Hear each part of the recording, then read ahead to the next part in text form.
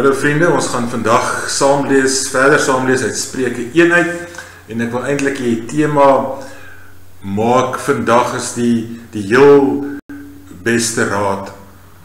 Dit is lekker om kinders te hê uit verskillende ouderdomsgroepe uit, soos die oudste seun is nou daar op die punt wat hy al begin aanbiedinge insit vir 'n huise om 'n huis te koop vir sy honde en om groter te gaan en stabiel te wees.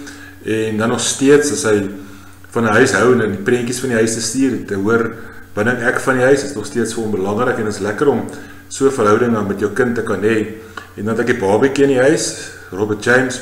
Robert James is nou 9 jaar oud, hy's in graad 3, heeltemal baie ver van sy oudste boetie af. En wat goed is van 'n laerskoolkind, van 'n babatjies is dat jy die reëls neerlê. Dat jy die agenda bepaal vir die kind. Jy lê die reëls neer alleen. Jy sê vir hom moet sal wees. Jy sê vir hom jy gaan hierdie jaar nie rugby speel nie, jy gaan hierdie jaar net swem en jou wiskundepunte moet beter. En jy moet nou gaan leer, sit af die televisie. Jy mag nie game speel nie. Maar dan kom jy op die stadium waar die ander twee is wat tieners is. En tieners, ek dink dogters veral, maar hulle rol hulle oë verskriklik.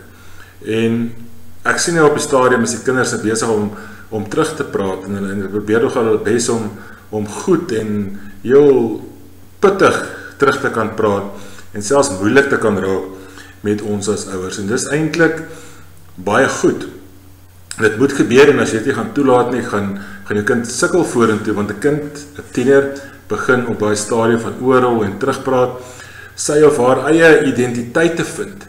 En dit is een van die dinge wat tieners moet doen om te begin leer om beheer van hulle eie lewens te neem.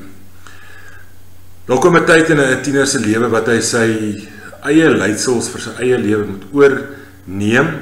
As hy klaar is met skool en dis nou die plek in die hoërskool dat 'n kind moet gelei word op 'n ander manier en hy moet sy eie identiteit kan uitdruk en self besluit wat om te doen.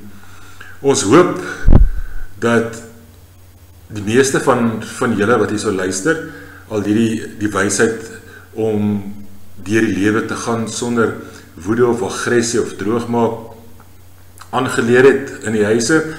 En daarom hierdie gedeelte ook uit Spreuke 1 vers 7 uit. Kom ons lees daar saam vandag. Hier staan, my seun, jy moet, vanaf Spreuke 1 vanaf vers 8, my seun, jy moet luister na die onderrig wat jou vader jou gee. Moenie wat jou moeder jou leer veronagsaam nie. Dit sal jou lewe versier soos 'n kraans jou kop en 'n kettingkie jou hals. As sondaars jy wil verlei my seun, moenie toegee nie. Ek gaan tot sover lees.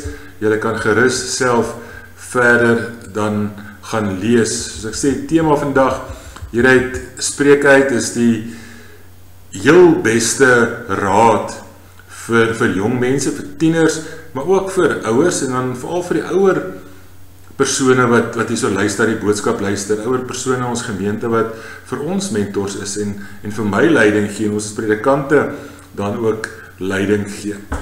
Salomo skryf hier in Spreuke 1 vers 7 dat daar 2 maniere is om te lewe.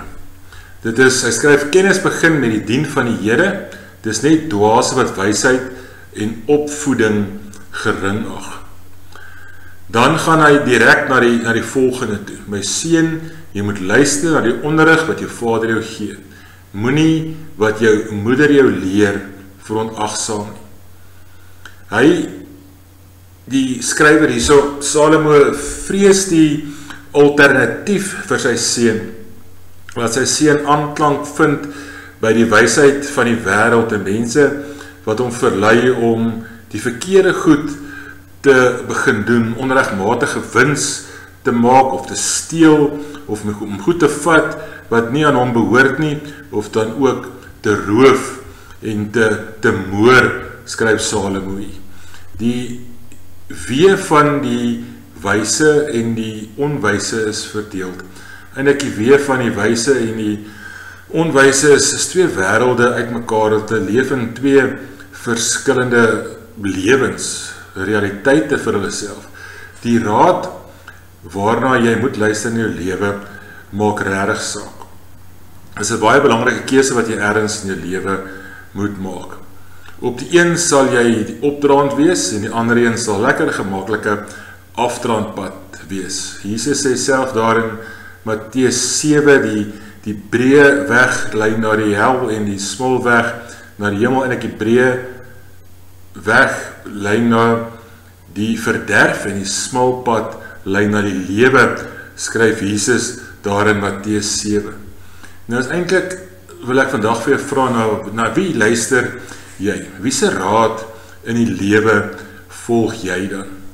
Soos jy ouer word, leer ons dat ons ouers miskien wyser was as ons gedink het toe ons jonk was, of jy nog ouer raak en jy weet dat jou ouers se wysheid eintlik heeltemal verkeerd was en dat jy verkeerd groot gemaak is. Dit kan beide kante toe gaan, die rol wat jy as ouer en ook in 'n kind se lewe speel, of jou ouers in jou lewe gespeel het. Dit kan positief wees en jy kan sien hulle was eintlik wys, of dit kan negatief wees, want jy kom nou agter dat eintlik baie groot foute gemaak, maar ouers maak maar foute. Maar gelukkig is ouers nie die enigste bron nie. Daar is ook kerke, daar is baie wyse mense en ou mense en senior mense by die kerk.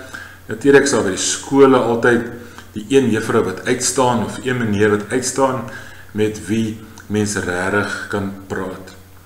Daarom wil ek vandag vir jou vra, as jy jonk is, of jy 'n mentor het, iemand met wie jy kan praat wat die Here regtig ken, en wat die Here regtig in sy lewe gekies het, as sy enigste Here en sy enigste verlosser wat hy het. En as jy ouer is, en het jy iemand vir wie jy 'n mentor is, as jy klaar wysheid het, en jy senior, het die Here daai wysheid vir jou gegee om vir ons jonges te leer, en om vir die kinders te leer. Soek iemand wat jy kan leer om reg te lewe, en dan ook om reg te kies. Soek iemand vir wie jy werklik dan 'n mentor kan wees. Daarom plaas die Here ons dan ook in geloofsgemeenskappe, in kerke, en groeigroepe waar ons werklik by mekaar kan wees, en by mekaar kan leer. Indien jy nie iemand het by wie jy goeie raad kan kry nie, vra vir God om vir jou 'n mentor aan te wys. Vra vir God vir iemand om op jou lewe te kom, om jou te help om werk by Jesus uit te kom, by die Here uit te kom, of wees daar die persoon wat raak sien dat iemand nie Jesus ken nie, en eintlik die raad van die onwyse volg, en op die afdraande pad, as jy dink is die vinnige pad, maar is eintlik die pad na die verderf toe. Die moeiliker pad, die moeiliker keuses wat jy maak, in elke gesprek wat jy het, in elke sosiale ontmoeting wat jy het, werksontmoeting wat jy het, is 'n opdraande pad as jy soos die Here wil optree, en soos Jesus wil wees, en werklik dan ook 'n disipel is. En dan vir jou en vir ons as ouers, lei jou kind met God gegewe wysheid, en gee jy aan jou eie ouers die nodige respek en waardering. Kom ons bid saam. Here, baie dankie dat ons vandag weer verder kan lees hier uit Spreuke uit, en Here, die regte pad. Ons ken die regte pad, en daar is soveel wysheid in ons gemeente, en wyse mense, en ooms en tannies, en mense, onderwysers by die skole. Here, help ons om mense raak te sien, kinders raak te sien, jong mense raak te sien, wat ons met wysheid kan wys, dat Jesus die enigste pad is. Al is dit moeilike pad, al is die disipelskap pad en die dra van die kruis nie altyd die maklikste. Here, wys ons. Here, en ons wat kinders het, Here, dit is ons probeer baie maklik net ons eie wil op almal af te dring. Here, help ons om die Godgegewe wysheid vir ons kinders te leer. Ons bid dit in Jesus se naam. Amen.